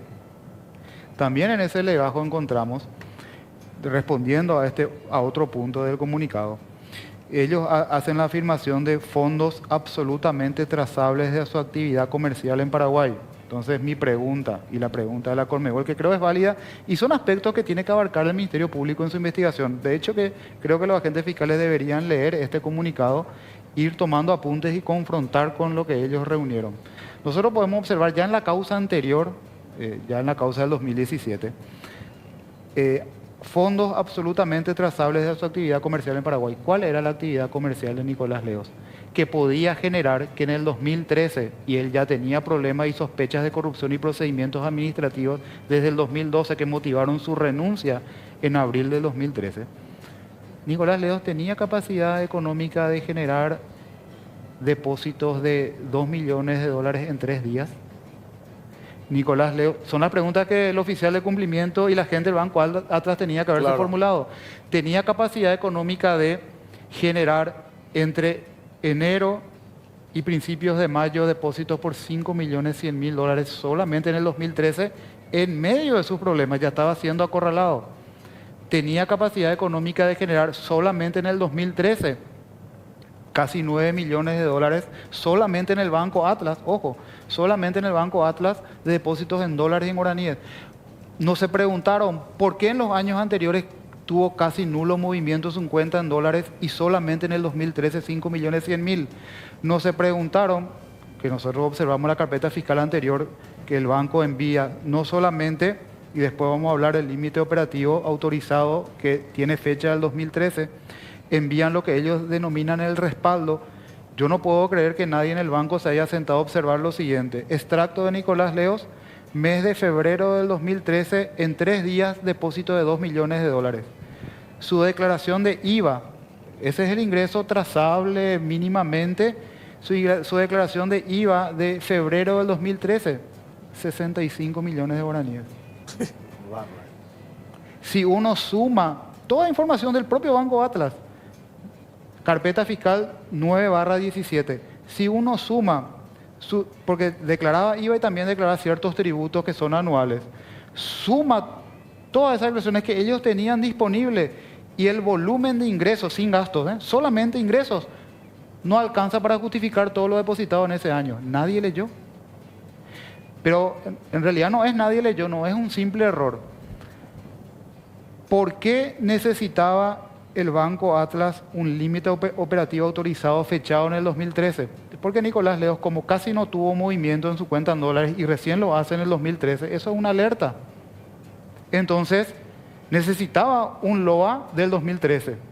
Pero el LOA del 2013 que acompañó en respuesta al Ministerio Público en el 2018, abarca, por ejemplo, afirmaciones como ingresos en el carácter de expresidente de la Conmebol, sobre la base de un documento que también acompañan fechado en el 2015. Y fechan el LOA el 16 de marzo del 2013, cuando Leos todavía era presidente de la Conmebol y además presidente ad honorem, es decir, no tenía sueldo.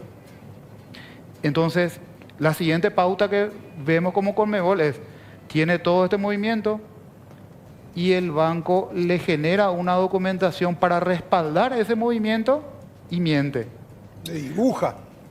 Le dibuja la carpeta. Y además, no solamente con un documento del 2015, sino ese documento hace referencia solamente a 2 pagos, 10.000 cada uno, 20.000, pero el banco otra vez con ese documento le proyecta todo el año.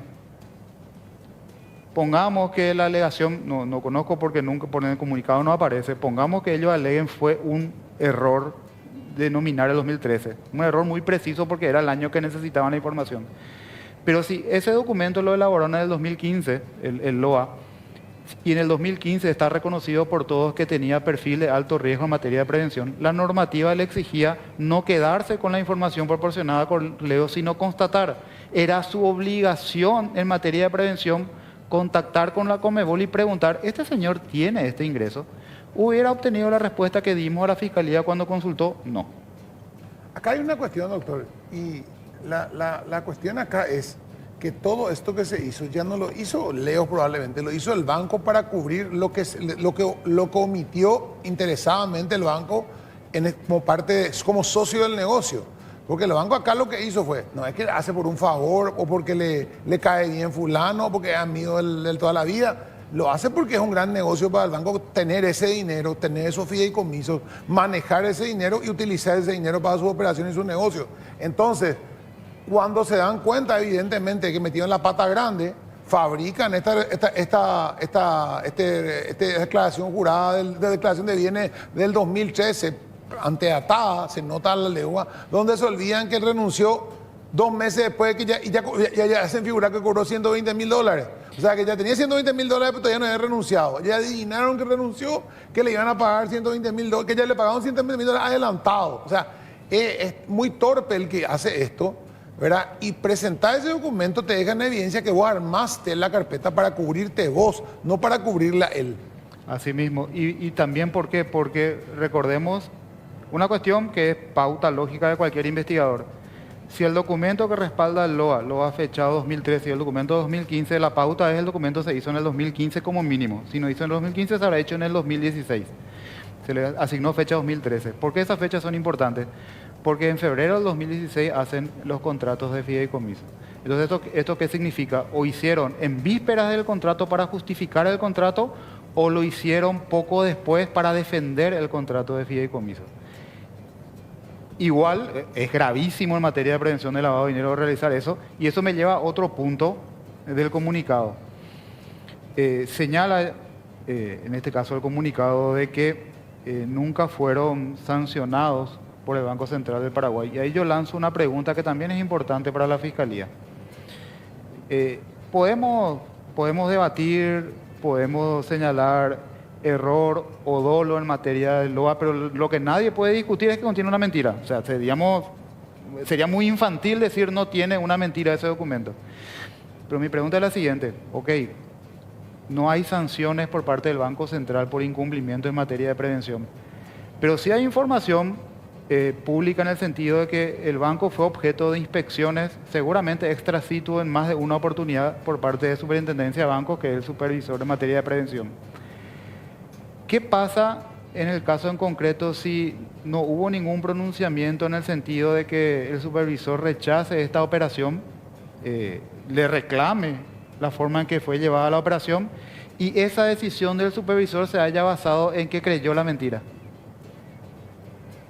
Entonces significa que si el supervisor no actuó creyendo la mentira del documento, a contrario sensu, cuando identifique que se mintió, obviamente cae al suelo la explicación por parte del banco. Claro. O sea, si yo puedo evitar que me sancionen administrativamente, no me puedo jactar de eso si eso estaría, y hay que verificar si estaría sustentado en que mi supervisor creyó en mi mentira. Claro que no le sancionó el Banco Central de Paraguay si le mentiste al Banco Central.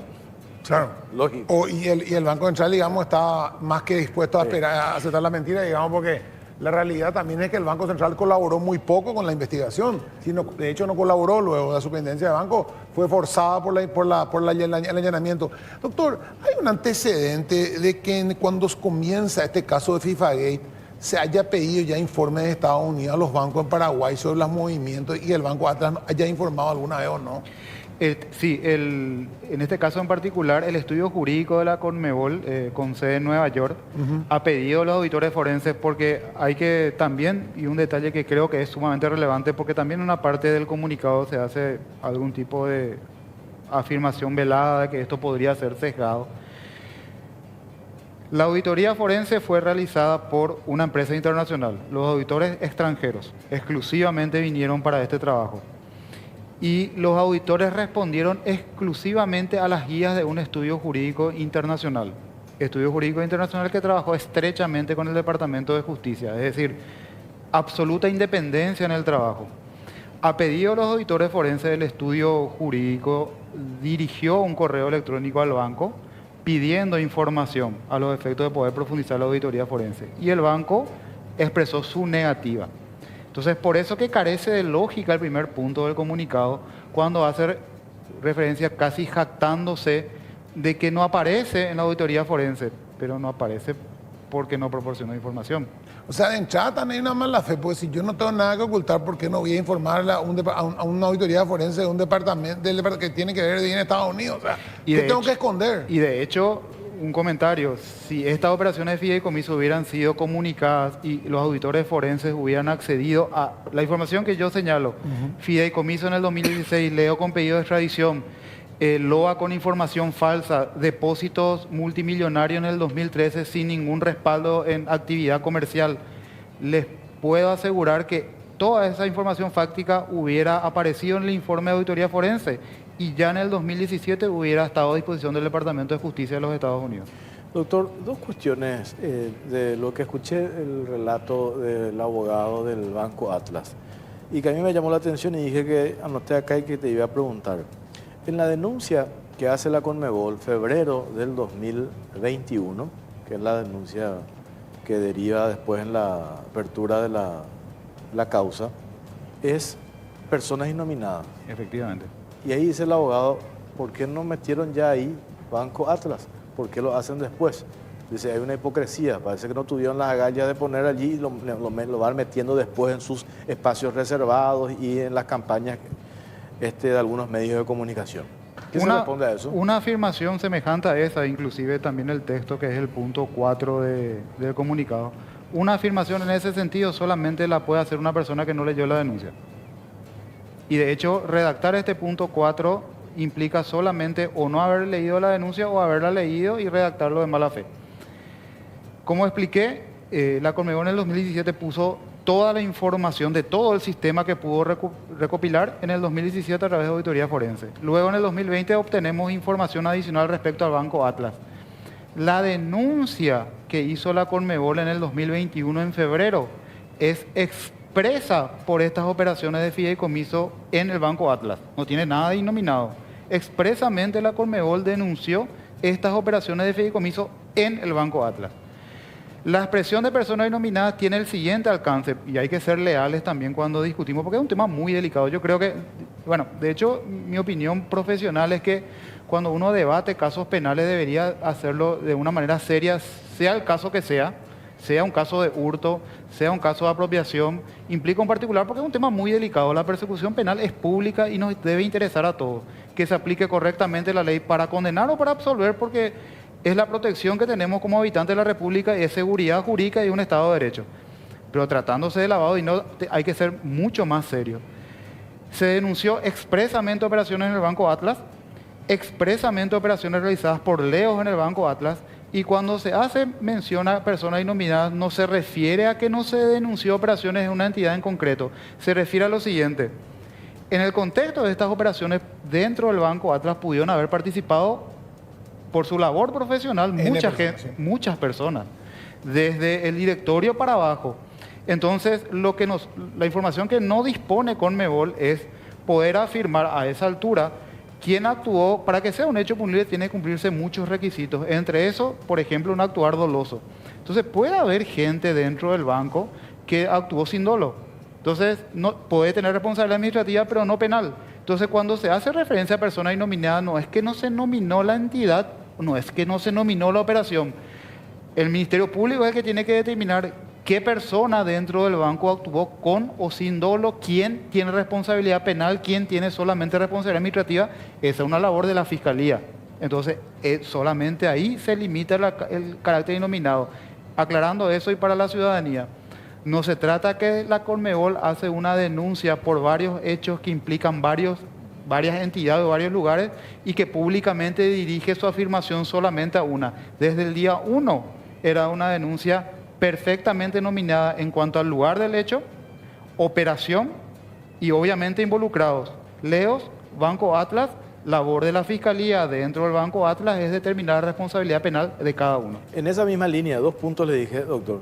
Lo otro, menciona el abogado del Banco Atlas, dice, se nota que hay un ensañamiento y una denuncia direccionada única y exclusivamente al Banco Atlas, porque también se realizaron operaciones similares, entiéndase, fideicomisos, viniendo dinero de cuentas que tenía Leos en el exterior y que vinieron acá y se hicieron con otras entidades financieras.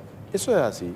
Nosotros, vuelvo a insistir, ya con la denuncia del 2017 nosotros pusimos toda la información disponible al Ministerio Público y cuando se formula esta denuncia al Banco Atlas es relacionada con esa información adicional que parte de esa carpeta fiscal. Es decir, la Conmebol jamás sesgó información respecto a lo que implicaba posibles ilicitudes. Así que, y es una de las preocupaciones también que la Conmebol señaló en varias oportunidades. No es posible que si estos casos están abiertos desde el 2017 y siendo el 2024 que la justicia de Paraguay no pueda pronunciarse.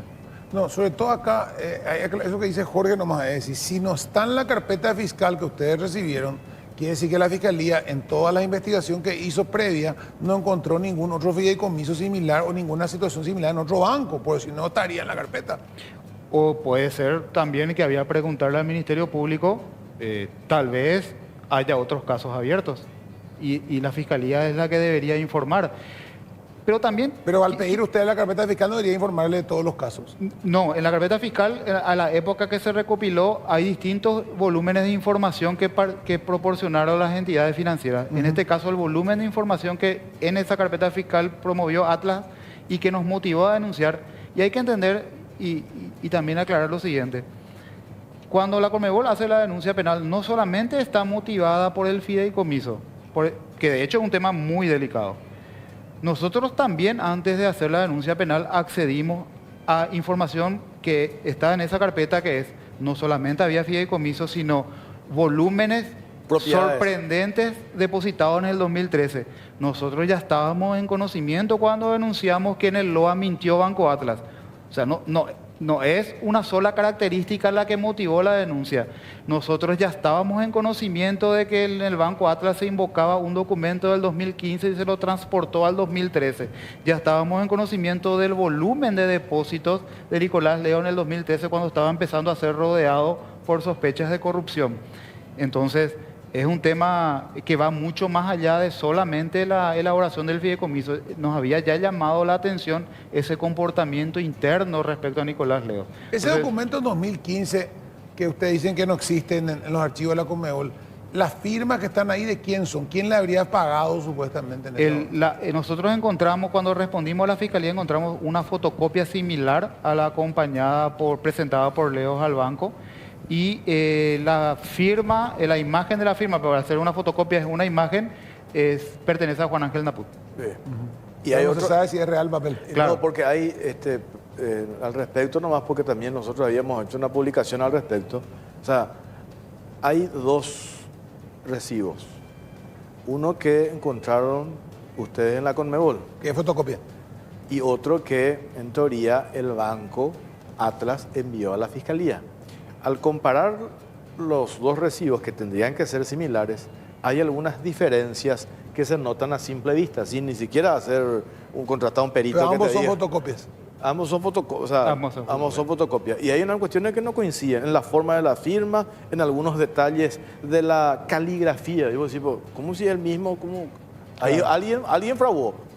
Y la fotocopia lo que exterioriza es pagos supuestamente de por 2 2 meses, $10.000 cada mes. Entonces, Mayo y junio. surge también la pregunta sobre la base de qué criterio el banco proyectó a todo el año. Y de hecho, cuando la Fiscalía preguntó, no hay un solo documento que le reconozca a Nicolás Leo el beneficio de cobrar en el carácter de expresidente. Entonces, esa es la pauta de la falta de debida diligencia, porque otorguémosle, como decía un conductor en un pensamiento mágico al Banco Atlas, que fue un error consignar el 2013. Entonces, el documento sería, el LOA sería el 2015. ¿Cómo le pueden elaborar el LOA sin ir a la fuente y chequear que una persona con pedido de extradición por lavado de dinero por parte de Estados Unidos no le esté mintiendo con la fotocopia que la acompaña? Gráfica. Yo quiero ir a un préstamo en un banco y digo, Unicanal, el señor Bernardes me paga $100.000. El banco... Qué suerte, tome la plata otra vez. Claro, el banco tiene que llamar, señores No, tiene que ser certificado original. Recursos humanos de Unicanal, ¿le pagan ustedes $100.000 a Jorge Torres? No, él gana 1.000. Y acá está certificado de trabajo, sellado, firmado original. Bueno, eso hicieron, no hicieron eso. Tenemos que hacer una pausa cortita, a la vuelta seguimos hablando con el doctor Claudio Lovera.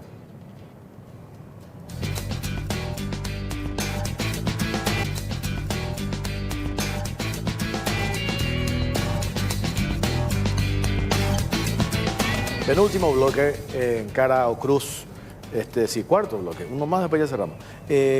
Doctor Claudio Lovera, pone un poco uno de los documentos que compartí, Bassam. Este documento... Acercamos más por ahí, la fecha de arriba es importantísima. Este documento, doctor, explícanos qué es. Sí, el documento es lo que se denomina límite operativo autorizado y es lo que permite a una entidad, en este caso a un sujeto obligado y particularmente a una entidad de intermediación financiera, le permite construir un perfil respecto a lo que implica las posibilidades económicas de una persona en el contexto. Ejemplo, vamos a ver a la derecha. En rojo. Sí, señala una fecha, pero también señala lo que se identifica como destino de la cuenta. ¿Para qué el cliente señala haber aperturado las cuentas?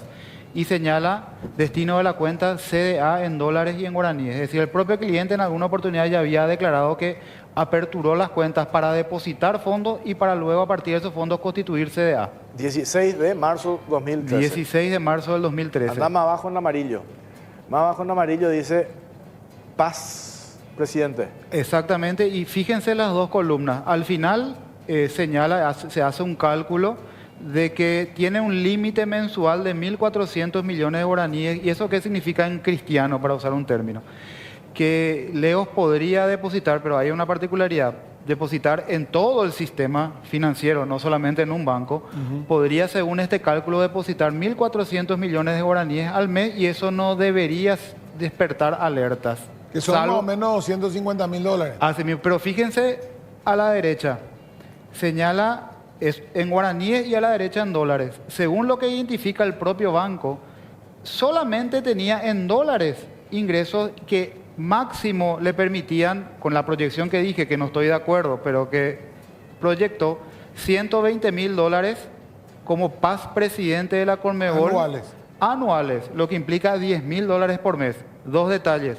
Al 16 de marzo del 2013, Nicolás Leo seguía siendo presidente de la Conmebol ad honorem. Pero en segundo lugar, si inclusive se basaban en esto, como una persona que tiene un LOA de $10.000 al mes puede depositar en febrero del 2013 más de $2 millones en un solo mes. O como una persona que entre enero, febrero, marzo, abril podía depositar $40.000 en total, depositó 5.100.000 y no se disparó alerta alguna. Claro que se disparó la alerta, pero se decidió no observar la misma. El otro documento, Bassam, pon un poco. Acá está el recibo. Este es No. Este es el recibo. Este es el comprobante de egreso, Comprobante. la fotocopia. Y nótese que hace referencia a un pago de $20.000, en teoría mayo y junio del 2015. El documento está fechado el 18 de mayo del 2015. Entonces, este documento, entre comillas, sustenta un LOA del 2013. Claro. Entonces, yo vuelvo a insistir, y para poder mostrar a la ciudadanía que no es una denuncia antojadiza, que la Conmebol como víctima no se está expresando de manera arbitraria o sesgada. Señores, esto gráficamente denota que hay una mentira. Totalmente. Y el último, esta es la nota de las herederas. Asimismo, tenemos que señalar también de que, en forma llamativa, un grupo de herederos de Nicolás Leos, a partir de estos fideicomisos, decidió devolver fondos a la Conmebol, lo cual es una señal muy práctica y muy relevante de que estas personas no quisieron seguir manteniendo contacto con estos fondos. Y hay una cuestión, acá anoté también para preguntarte, doctor. Este monto que depositó Leos, ¿pudo haber entrado dentro de la sucesión? Y si se hizo la sucesión, ¿por qué los depositantes no piden la devolución o cómo es? La información que dispongo es que estos contratos de fideicomiso se hicieron luego de un acuerdo entre herederos. Es decir, en vida, como entiendo que Nicolás Leo tenía, para llamarle, 2 grupos familiares, entiendo que en el mes de enero del año 2016 acordaron en vida de Leo una manera de distribución de bienes del mismo, y parte de esa distribución fue estos contratos de fideicomiso. Cerramos, doctor. Ya tenemos que despedir. Le despedimos ya, doctor, ¿verdad? Dale. ¿Qué es lo que se viene a partir de ahora? Procesalmente, legalmente, 3 urgimientos, 2 por escrito, 1 personalmente. ¿Qué más? Por parte de Conmebol, nosotros vamos dejando constancia como víctima de que se corre el grave riesgo de que un caso tan relevante se resuelva por el mero transcurso del tiempo. Entonces vamos dejando constancia de esa circunstancia. Si eso ocurre, alguien deberá asumir las responsabilidades que eso implica. Vamos a seguir impulsando las veces que el Ministerio Público necesite de información por parte nuestra, vamos a aportarla, vamos a seguir exteriorizando también nuestras preocupaciones. Y por último, también quería hacer referencia al último punto del comunicado, en el cual requiere la desestimación de la denuncia. Y 2 cosas que se contraponen a esa afirmación. Si la Fiscalía de la República del Paraguay hace 2 meses, vía cooperación internacional, solicitó información al Departamento de Justicia de los Estados Unidos, un pedido de cooperación le obliga a quien solicita a explicar que tiene la sospecha de un hecho punible en concreto. Es decir, el solo hecho de que haya existido un pedido de cooperación denota que la Fiscalía de la República del Paraguay tiene la sospecha de un hecho punible en concreto. Eso se contrapone respecto a un pedido de desestimación. Y en segundo lugar, si uno mira los puntos anteriores del comunicado, echa por tierra cualquier pretensión de desestimación. Por el contrario, denotan de que realmente hay mérito para una persecución penal. Doctor, gracias por su tiempo, muy amable. Gracias a ustedes. Pausa, ya venimos.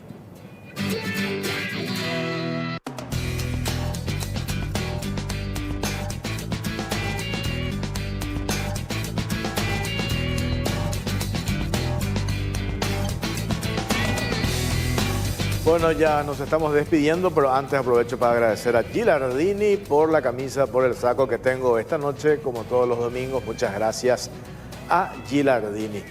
¿Cuál es tu teoría, Piposo, del tema Atlas? ¿Por qué la Fiscalía no define? ¿Hay un elemento dilatorio con el tema del pedido de informe al Departamento de Justicia?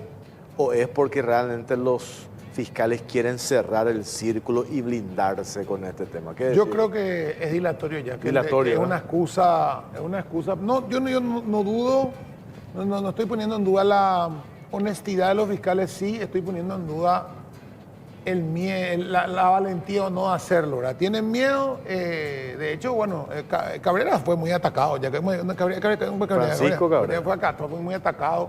los otros fiscales quizás tienen miedo. Ahí tenés lo que pasó con Liliana Alcaraz, hasta ahora no la perdonan. Sí. Entonces, claro, evidentemente, esto significaría un golpe muy grande a este grupo. Si se suma después lo de Cabeza Branca va a ser peor la cuestión, ¿verdad?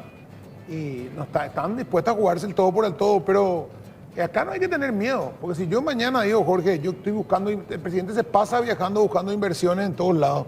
¿Quién va a invertir en un país donde mañana si vos querés crear una cadena de supermercados te vas a encontrar con que su Colillo y Bierzi tienen las dos cadenas de supermercados? ¿Quién se va a animar a entrar acá si sabes que te van a destruir? De hecho lo hicieron, Bierzi lo hizo con un empresario importante acá que se animó a traer una cadena y tuvo que cerrarla al poco tiempo. Lo atacó por todos lados.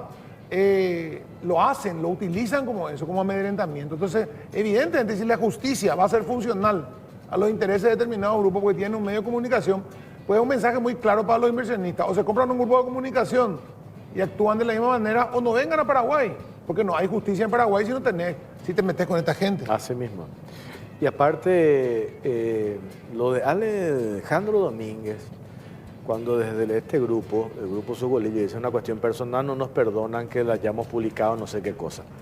Y él tiene una animaversión hacia el grupo. Ponele que sea cierto. Ponele que sea cierto.